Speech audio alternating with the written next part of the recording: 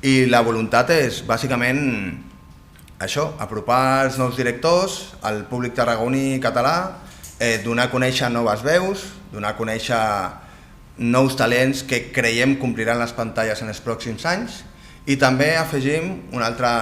voluntat que no és nova però que ja va agafant forma, que és no només apropar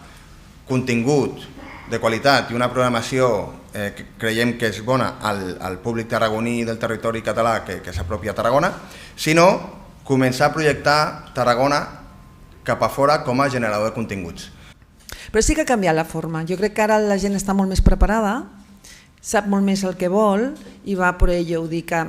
això està bé i que hi ha menys espai perquè hi ha masses pel·lícules en el mercat. O sigui, el que ens està passant amb No culpes el karma, que està tenint bastant d'èxit, és que, per exemple, el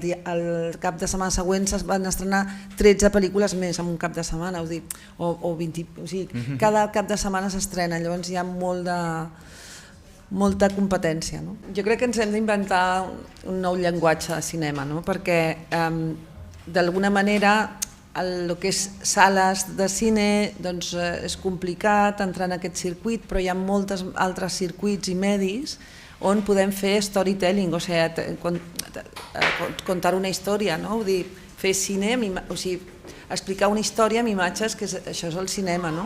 i tindrà una veu pròpia i un punt de vista propi. Llavors hi ha moltes, ara les noves tecnologies ens ofereixen molts medis, moltes maneres de poder explicar històries. I jo crec que s'han d'aprofitar, i que la gent jove ho està aprofitant molt bé, perquè sí que és veritat que és difícil entrar en el circuit de sales, però que jo crec que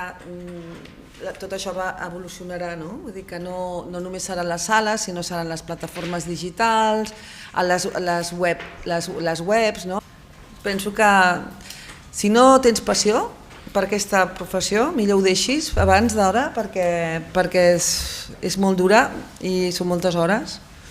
i molt de temps i molta vida deixar d'allà perquè les coses funcionin, però que és un gust quan funcionen.